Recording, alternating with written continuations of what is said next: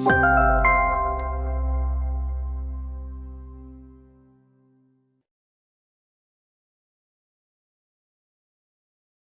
everyone, welcome to Fortune IS Academy's Toppers Strategy Session. ഇന്ന് നമ്മുടെ കൂടെ ഉള്ളത് ആദ്യമായി നടത്തിയ KS പരീക്ഷയ്ക്ക് ഫസ്റ്റ് റാങ്ക് നേടിയ മാലിനിയാണ്. മാലിനി സ്ട്രീം 1-ലാണ് റാങ്ക് 1 നേടിയത്. Welcome Malini. Thank you sir. Malini KSന് ഫസ്റ്റ് റാങ്ക് കിട്ടി. UPSCക്ക് 135th റാങ്ക് ഉണ്ട്. അപ്പം ഡബിൾ ജാക്ക്പോട്ടാണ്. ആ ഒരു എക്സ്പീരിയൻസ് എങ്ങനെയാണ്? ഈ രണ്ട് സക്സസസ് എങ്ങനെയാണ് സെലിബ്രേറ്റ് ചെയ്യുന്നത്? സർ, ഒരെണ്ണമാണ് ഏറ്റവും ഭയങ്കരമായിട്ട് ആഗ്രഹിച്ചത്. അപ്പോൾ ഒന്നും ഇല്ലാത്തടത്തുനിന്ന് പെട്ടെന്ന് രണ്ടെണ്ണം വന്നപ്പോഴത്തേക്കും ഒരു അന്താളിപ്പുണ്ടായി. ബട്ട് കുറച്ച് നാളായിട്ട് ഇങ്ങനെ ഒരു സെക്ലൂഡഡ് ആയിട്ടൊരു എക്സിസ്റ്റൻസ് ആയിരുന്നു. ആരോടൊന്നും അധികം സംസാരിക്കാറില്ലായിരുന്നു, ഫ്രണ്ട്സിനോടൊന്നും സംസാരിക്കില്ലായിരുന്നു. സ്കൂളിലും കോളേജിലും ഒക്കെ ഒരുപാട് ക്ലോസ് ആയിട്ടുള്ളവരെയൊക്കെ കുറച്ച് അകറ്റി നിർത്തേണ്ടി വന്നു. അപ്പോൾ പെട്ടെന്ന് എല്ലാവരോടും സംസാരിക്കാൻ പറ്റി, എല്ലാവരും വന്ന് കോൺടാക്ട് ചെയ്തു. അപ്പോൾ ഒരു നോർമൽ ലൈഫിലേക്ക് തിരിച്ചു വരാൻ പറ്റി. അതാണ് അതിലെ ഏറ്റവും വലിയ സന്തോഷം. ഒത്തിരി ആൾക്കാർ വീട്ടിൽ വന്നു കാണും അല്ലേ? അതെ സാർ, ഒരുപാട്. അത് ആ നാടിൻ്റെ സന്തോഷം എന്ന് പറയുന്നത് ഞാൻ ഒട്ടും എക്സ്പെക്ട് ചെയ്യാത്തൊരു കാര്യം. ഞാൻ ട്രിവാൻഡ്രത്തായിരുന്നു ഇത്രയും നാളും. പെട്ടെന്ന് വീട്ടിലേക്ക് വന്നപ്പോഴത്തേക്കും നാട്ടിലുള്ളവരെ ഒരുപാട് പേര്, എനിക്ക് അധികം, ഞാൻ 17 വയസ്സ് വരെ ശരിക്കും വീട്ടിൽ താമസിച്ചിട്ടുള്ളൂ. 17 വയസ്സിൽ ഞാൻ യൂണിവേഴ്സിറ്റി പോയി. അത് കഴിഞ്ഞ് പലയിടത്തൊക്കെ ജോലി ചെയ്തിങ്ങനെ നടക്കായിരുന്നു. അപ്പോൾ ഞാനവിടെ ഉണ്ടെന്ന് തന്നെ ആർക്കും വലിയതായിട്ട് അറിയത്തില്ലായിരുന്നു ഞാൻ ആ വീട്ടിലെ ആളെന്ന്. അപ്പോൾ പെട്ടെന്ന് ഒരുപാട് പേര് വന്നു, ഒരുപാട് സന്തോഷം അറിയിച്ചു, ഭയങ്കര അഭിമാനമാണെന്ന് പറഞ്ഞു. അതൊക്കെ കേട്ടപ്പോഴത്തേക്ക് ഭയങ്കര സന്തോഷമുണ്ട്. എല്ലാവർക്കും സന്തോഷം കൊടുക്കാൻ പറ്റിയതിലാണ് ഏറ്റവും വലിയ സന്തോഷം. ഈ റിസൾട്ട് എക്സ്പെക്ട് ചെയ്തതാണോ? എക്സ്പെക്റ്റ് ചെയ്തതെന്ന് ചോദിച്ചാൽ ഒരു ഇൻക്ലിംഗ് ഉണ്ടായിരുന്നു, ലിസ്റ്റിൽ എവിടെയെങ്കിലും ഒരു പേര് വരുമെന്ന്. ബട്ട് ഫസ്റ്റ് റാങ്കും 135 അതൊക്കെ നമ്മുടെ പെർഫോമൻസ് മാത്രമല്ലോ സാർ, ബാക്കിയുള്ളവരുടെ പെർഫോമൻസ് കമ്പയർ ചെയ്ത് അങ്ങനെ വരുന്നൊരു റിസൾട്ടാണ്. അതുകൊണ്ട് തന്നെ ഉറപ്പൊന്നും ഇല്ലായിരുന്നു. മാലിനിയുടെ ഒരു ട്രോള് ഞാൻ കണ്ടു, മറ്റേ ഹായ് മാലിനി എന്നുള്ള സൂര്യയുടെ മൂവിയിലേത്. അപ്പം ആദ്യമായി ട്രോളപ്പെട്ടപ്പോൾ എന്ത് തോന്നി? സന്തോഷം ഉണ്ടായിരുന്നു സാറേ. ജീവിതത്തിൽ എപ്പോഴെങ്കിലും ഒരു ട്രോള് എൻ്റെ പേരിൽ വരണമെന്ന് ഒരു ചെറിയ ആഗ്രഹം ഉണ്ടായിരുന്നു. അത് സംഭവിച്ചു, അത് സഫലീകരിച്ചു. ഗുഡ്. നമുക്ക് നമ്മുടെ പ്രിപ്പറേഷനിലേക്ക് വരാം. UPSCക്കാണ് മാലിനി പ്രൈമറിലി പ്രിപ്പയർ ചെയ്തത് അല്ലേ? UPSC പ്രിപ്പറേഷൻ KSന് എത്രത്തോളം ഹെൽപ്ഫുൾ ആയിരുന്നു? സാർ, UPSCയുടെ സിലബസ്, UPSCയുടെ എക്സാം പാറ്റേൺ, UPSCയുടെ ബുക്ക് ലിസ്റ്റ്, അപ്രോച്ച്, ഇതെല്ലാം KSനും ഓൾമോസ്റ്റ് സിമിലറാണ്. സിലബസിൽ മാത്രം ഒരു ചെറിയ വ്യത്യാസമുണ്ട്. പിന്നെ പാറ്റേണിലാണെങ്കിലും മാർക്ക് ഡിസ്ട്രിബ്യൂഷൻ, പേപ്പേഴ്സ് ആണെങ്കിലും കുറച്ച് ഡിഫറെൻ്റ് ആണ്, അത്രേ ഉള്ളൂ. ബാക്കിയെല്ലാം ഒരുപോലെയാണ്. അതുകൊണ്ട് തന്നെ UPSC പ്രിപ്പയർ ചെയ്ത ഒരാൾക്ക് KS കുറച്ച് ഈസി ആയിട്ട് തോന്നാൻ ചാൻസ് ഉണ്ട്. അതുകൊണ്ട് തന്നെയാണ് പ്രാവശ്യം KSൻ്റെ മെയിൻ ലിസ്റ്റിൽ, റാങ്ക് ലിസ്റ്റിലുള്ള പേരുകളിൽ പലതും നമുക്ക് ഫെമിലിയർ ആയിട്ടുള്ള പേരുകൾ തന്നെയാണ്. എല്ലാം ഏതെങ്കിലും രീതിയിൽ നമ്മൾ UPSC ഏതെങ്കിലും ഒരു എക്സാം ഹാളിലോ അല്ലെങ്കിൽ ഇൻ്റർവ്യൂവിനോ എവിടെയെങ്കിലുമൊക്കെ വെച്ച് കണ്ട ആളുകൾ തന്നെ ആയിരിക്കും ആ ലിസ്റ്റിലുള്ള പേരിൽ മുഖ്യമായിട്ടുള്ളത്. ഇത് കാരണമാണത്. ഇപ്പോൾ UPSC അപ്രോച്ച് എന്ന് പറഞ്ഞല്ലോ. അപ്പം ഈ UPSC അപ്രോച്ച് എന്നുള്ളത് എല്ലാവർക്കും സുപരിചിതമല്ല. അപ്പോൾ ഈ അപ്രോച്ചിനെ കുറിച്ചൊന്ന് ഡീറ്റെയിൽ ചെയ്യാമോ?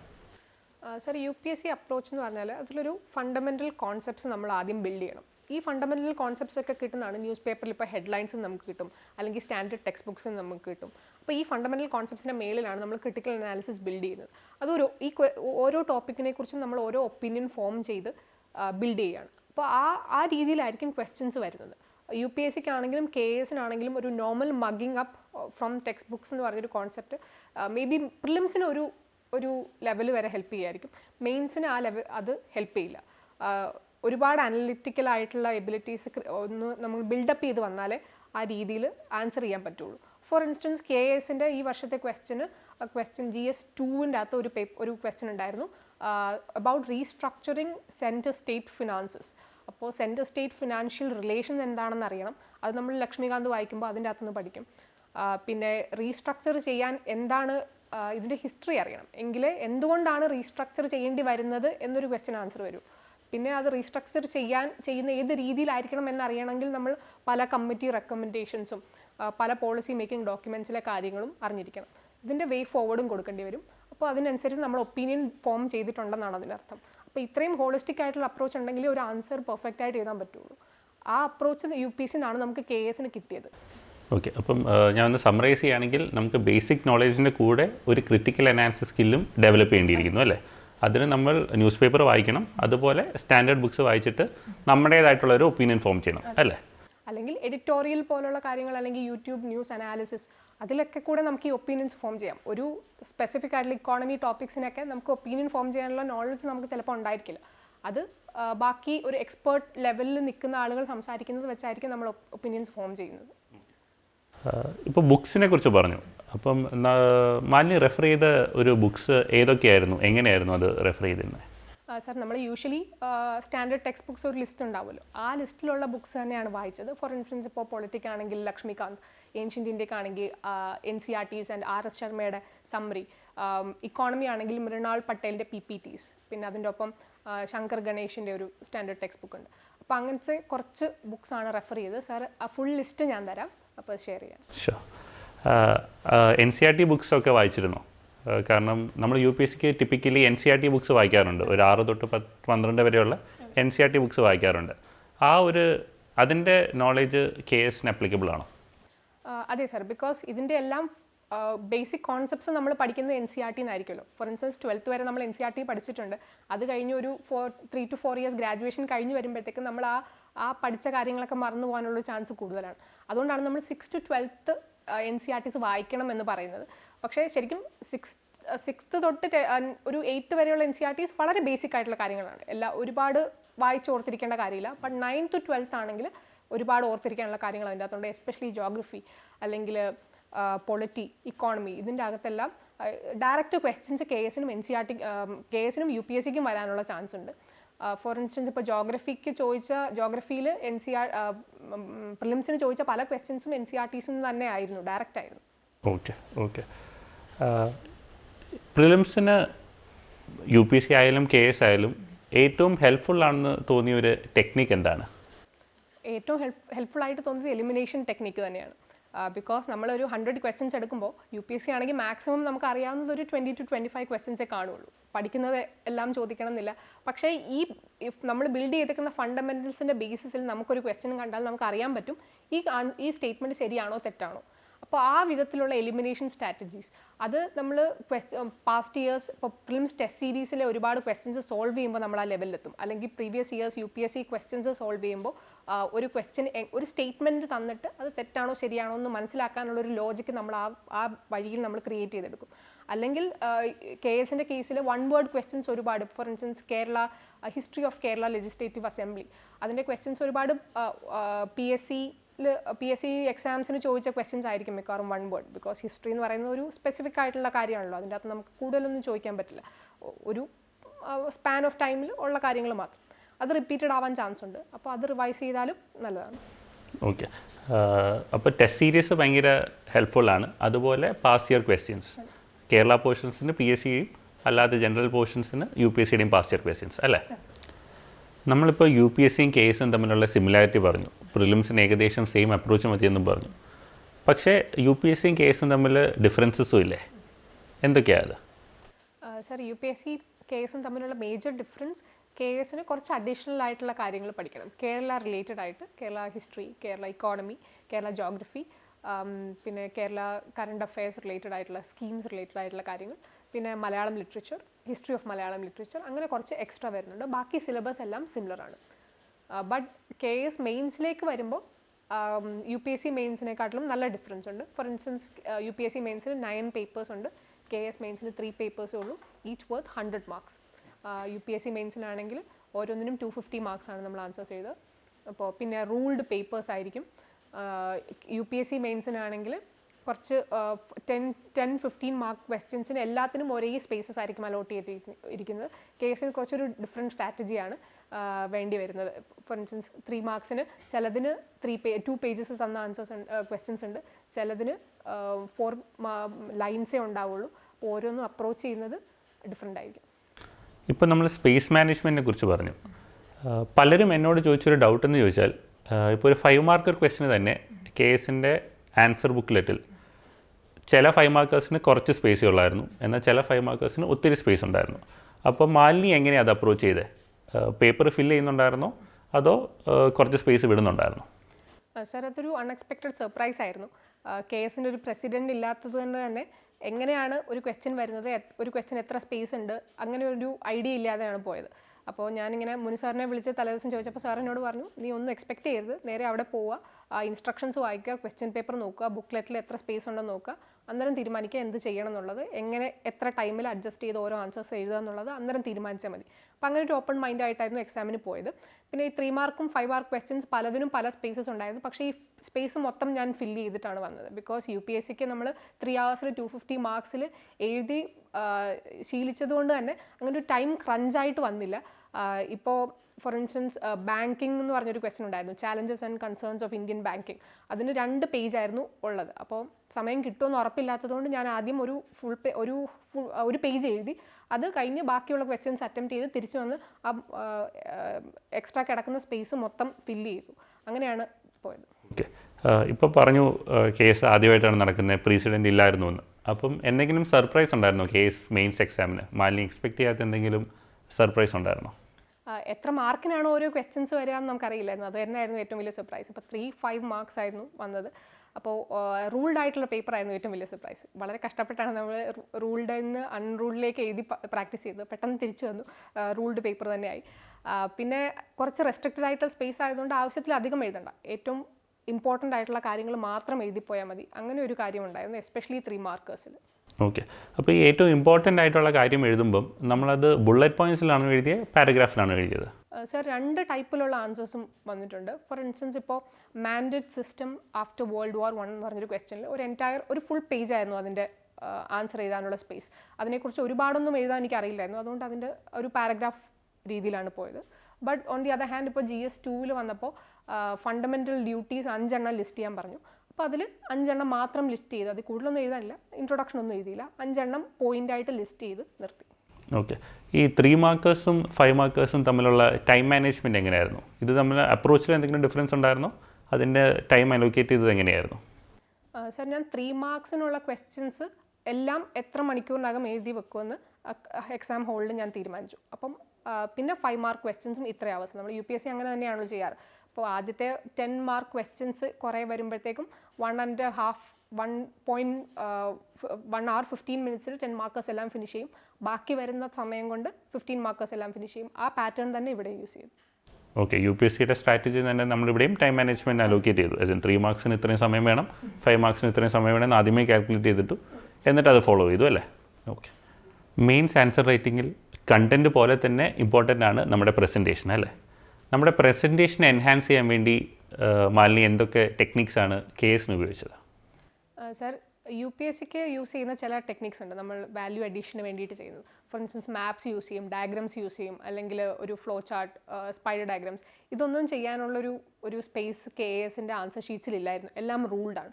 അതുകൊണ്ട് തന്നെ അവിടെ നമ്മൾ കുറച്ച് ഡെക്കറേഷനായിട്ട് ആഡ് ചെയ്യുന്ന പല കാര്യങ്ങളും ഇവിടെ ചെയ്യാൻ പറ്റിയില്ല. അതാണ് മെയിനായിട്ടുള്ളത്. പക്ഷേ നമ്മുടെ ആൻസർ എൻഹാൻസ് ചെയ്യാൻ വേണ്ടി നമ്മൾ UPSCക്ക് ഉപയോഗിക്കുന്ന ടെക്നിക്സ് ഉണ്ടല്ലോ, എക്സാമ്പിൾസ് അല്ലെങ്കിൽ ഡേറ്റ ടേബിൾസ്, അങ്ങനെയൊക്കെ യൂസ് ചെയ്യാൻ പറ്റിയിരുന്നോ?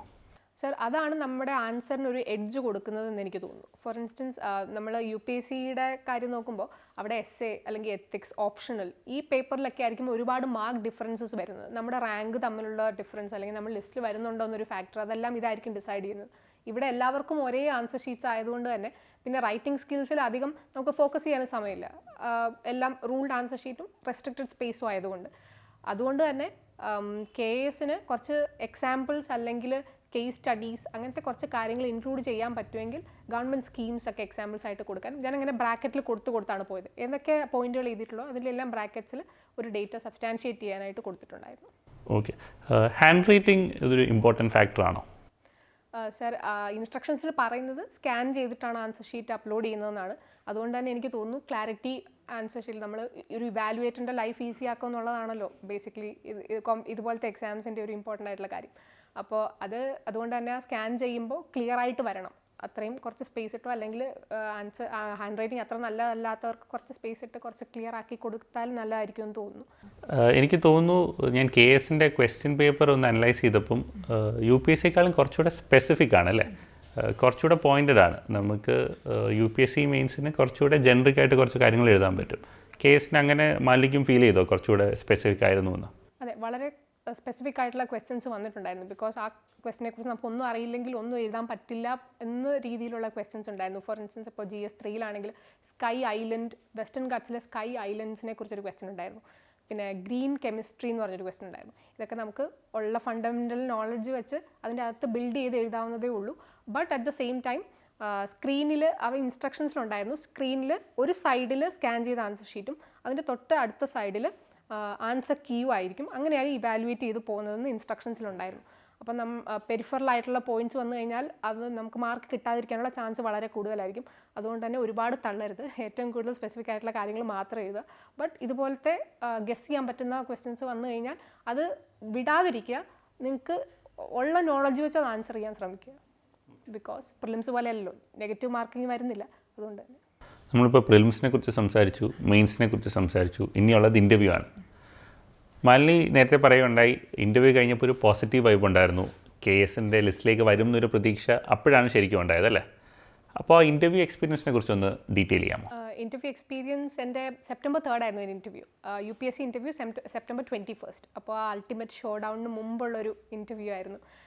പിന്നെ ഒരു വളരെ സ്ട്രെസ് ഫ്രീ ആയിട്ടൊരു ഇൻ്റർവ്യൂ ആണ്. ഞാൻ ട്രിവാൻഡ്രത്ത് സ്റ്റേ ചെയ്യുന്ന പട്ടത്താണ്. അപ്പോൾ പട്ടം അതിൻ്റെ തൊട്ടടുത്താണ്, നമ്മൾ ദിവസവും ആ വഴി പോകുന്ന അതാണ്. അപ്പോൾ ആ PSCയുടെ ഫ്രണ്ടിൽ കൂടെ ഒരു ഫെമിലിയാരിറ്റി ഉള്ളതുകൊണ്ട് തന്നെ തോൾപൂർ ഹൗസിലേക്ക് കയറി പോകുന്ന പോലത്തെ ഒരു പേടിയൊന്നും ഉണ്ടായിരുന്നില്ല.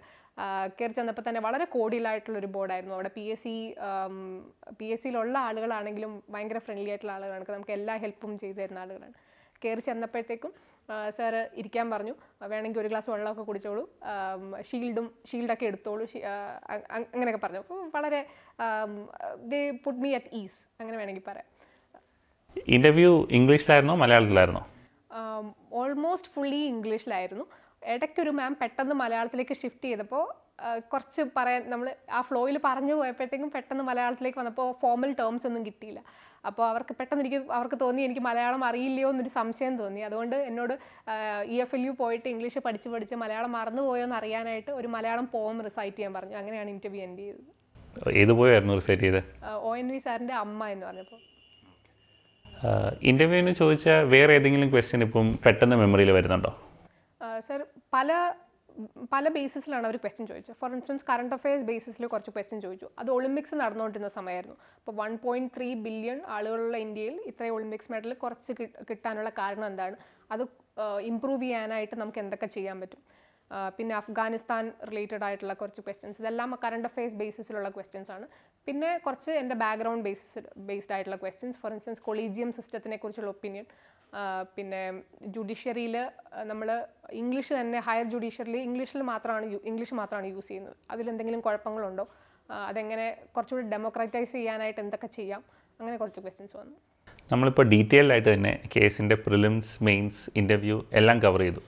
എന്നാലും ഒരു ലാസ്റ്റ് ടിപ്സായിട്ട്, അതായത് മാലിനിക്ക് ഇനി കേസ് എഴുതാൻ പോകുന്നവരോട് പറയാനുള്ള ഒരു ടിപ്സ് ഒന്ന് 1 to 3 പോയിൻ്റ് ആയിട്ടൊന്ന് പറയാമോ?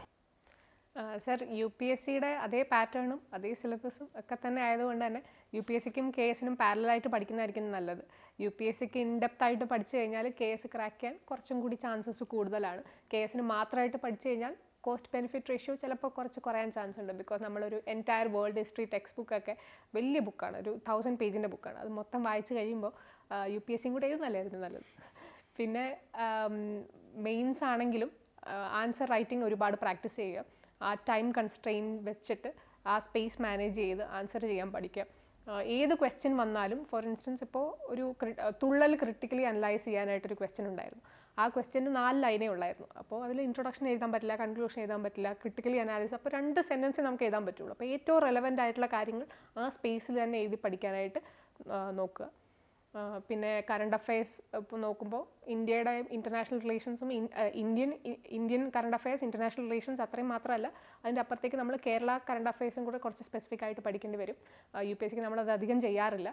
അപ്പോൾ പിന്നെ ഡേറ്റ, സ്റ്റാറ്റിസ്റ്റിക്സ് എന്ത് എഴുതിയാലും നമ്മൾ അതിനെ സബ്സ്റ്റാൻഷിയേറ്റ് ചെയ്യാനായിട്ട് data, for instance economy, Kerala service സെക്ടറിനെ കുറിച്ച് ക്വസ്റ്റ്യൻ ചോദിക്കുമ്പോൾ കേരള സർവീസ് സെക്ടറിന് കേരള SGDPയിലേക്ക് എന്തുമാത്രം കോൺട്രിബ്യൂഷൻസ് ഉണ്ട് എന്നറിഞ്ഞിരിക്കുക. അത് ബ്രാക്കറ്റിൽ എഴുതി കഴിഞ്ഞാൽ ഒരു ഹാഫ് മാർക്ക് ചിലപ്പോൾ അഡീഷൻ ആയിട്ട് വീഴാൻ ചാൻസ് ഉണ്ട്. Okay, we had a great session. ഒത്തിരി ഇൻസൈറ്റ്സ് കിട്ടി. പ്രെറ്റി ഷുവർ എല്ലാവർക്കും അത് ഭയങ്കര യൂസ്ഫുൾ ആയിരുന്നു. കാരണം ആദ്യമായി നടത്തിയ KS എക്സാമിലെ ഫസ്റ്റ് റാങ്ക് ഹോൾഡറാണ്. So definitely you know the way. So thanks for sharing it with everyone. മാലിനിയുടെ ബുക്ക് ലിസ്റ്റ് എനിക്കൊന്ന് തരികയാണെങ്കിൽ I will put it as a link with this video. Thank U.